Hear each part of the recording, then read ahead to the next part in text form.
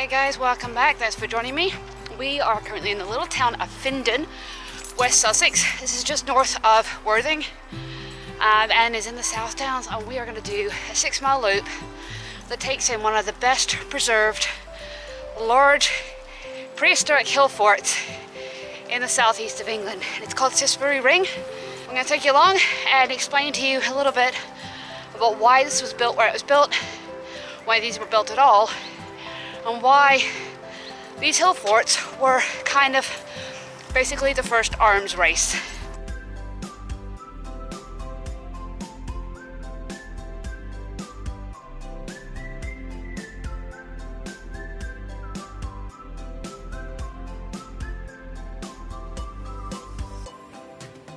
So we're already getting really good views of the hill fort, and over to the side, beautiful views over the English Channel.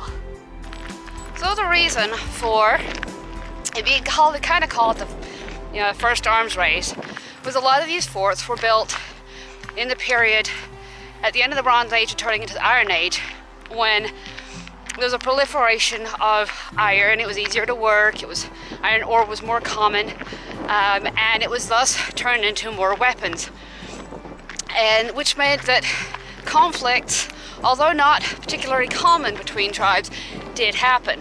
And the reason for this was because in 1000 BC, so 2,000 years ago, there was a dramatic climate change in the UK.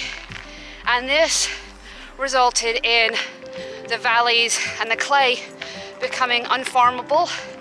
And so as the population exploded, something we're kind of seeing right now in our own times, the need for land increased, but the amount of land that was available was getting less. So that was kind of the first arms race. They were these tribal battles for the ever-shrinking amount of land. And because of that, these hill forts were built as a deterrent, in much the same way that we now have modern nukes and nuclear weapons as a war deterrent, more than actually being used. No prehistoric tribe was ever capable of taking a fully fortified fully fortified fort such as Cissbury Ring. And this is definitely one of the best preserved examples of a large Iron Age hill fort, probably in the country, and definitely southeast England.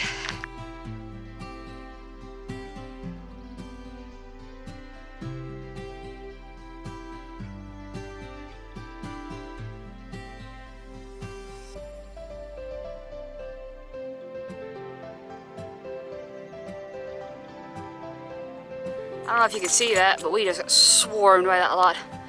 And all that horse poop through there, but man, they're trying to go in your nose, your mouth. Oh, it's gross.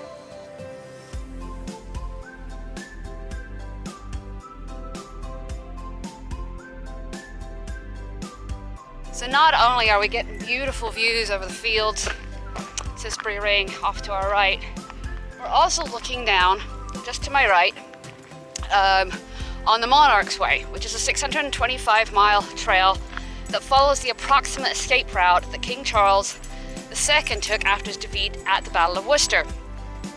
Now, it starts, obviously where that battle took place, goes via Bristol and Yeovil, and ends at Shoreham by the sea.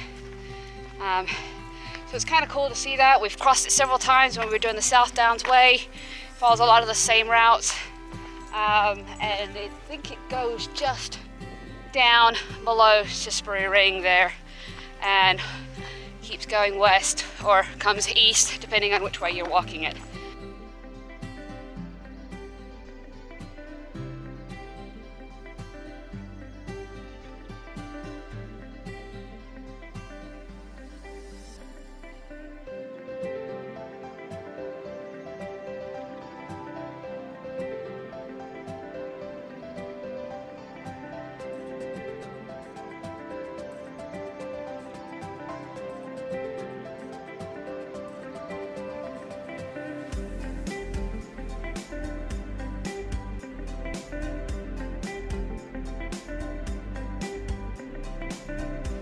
apparently it is crane fly mating season. I am being mobbed by these things. I'm sure you can see them in front of the camera, but man, they're just freaking everywhere.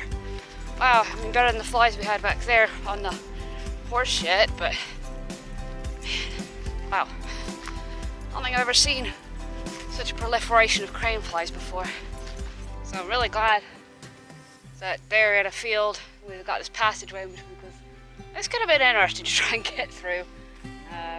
Awful lot of cows standing right by the gate. But thankfully this area has basically a long passageway all the way through between the fields, which always makes the walking nicer, easier. No being charged by cattle today.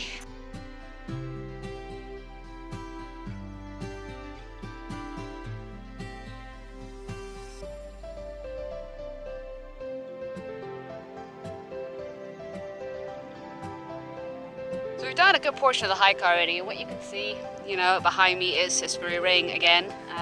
You can see how steep it is on the eastern side, and it's the same on the western side and the southern side, so it's very, very well protected. The only non-steep side that it does have is this northern side, which you can see has a very, very flat area that would have been needed a lot more protecting, in which case, you know, the palisades, the walls would have been a lot tougher, a lot deeper, a lot steeper to protect from a northerly direction.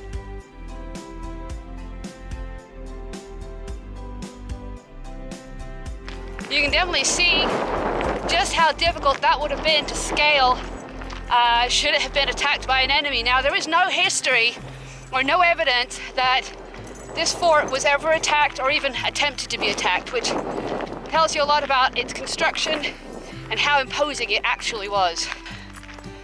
Got one very curious cow following us back here. Even though that this is a lane, the cows are right next to the fence on both sides.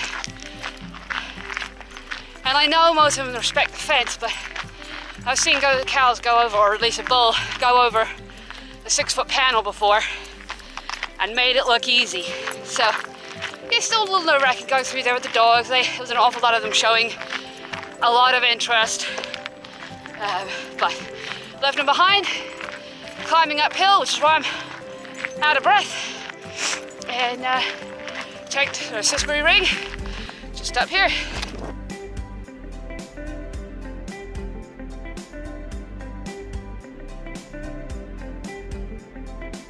Alright, we've made it to the top of the hill, and I can see why it was built where it was. So Cissbury Ring, and you can just about see it behind me, was built about 250 BC, so about 2,000 years ago. It was built and constructed of a double rampart, and a ditch was on the outer edge of each of those ramparts, and it enclosed an area of about 30 hectares, which cut off a spur of the downs.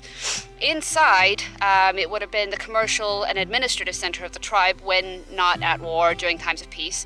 And it would have had, you know, huts for residents, it would have had stockades, it would have had housing for travelers and traders passing through.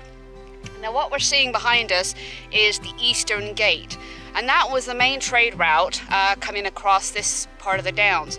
There is a secondary gate which is on the south side, which would have opened up to the valley below and the rest, where most of the people would have lived on farms and small holdings.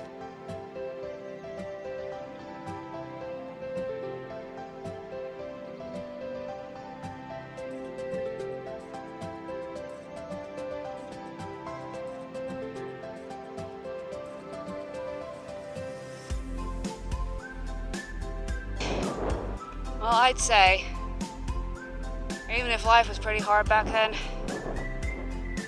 people who lived here, worked here, had pretty epic views. This is stunning through here.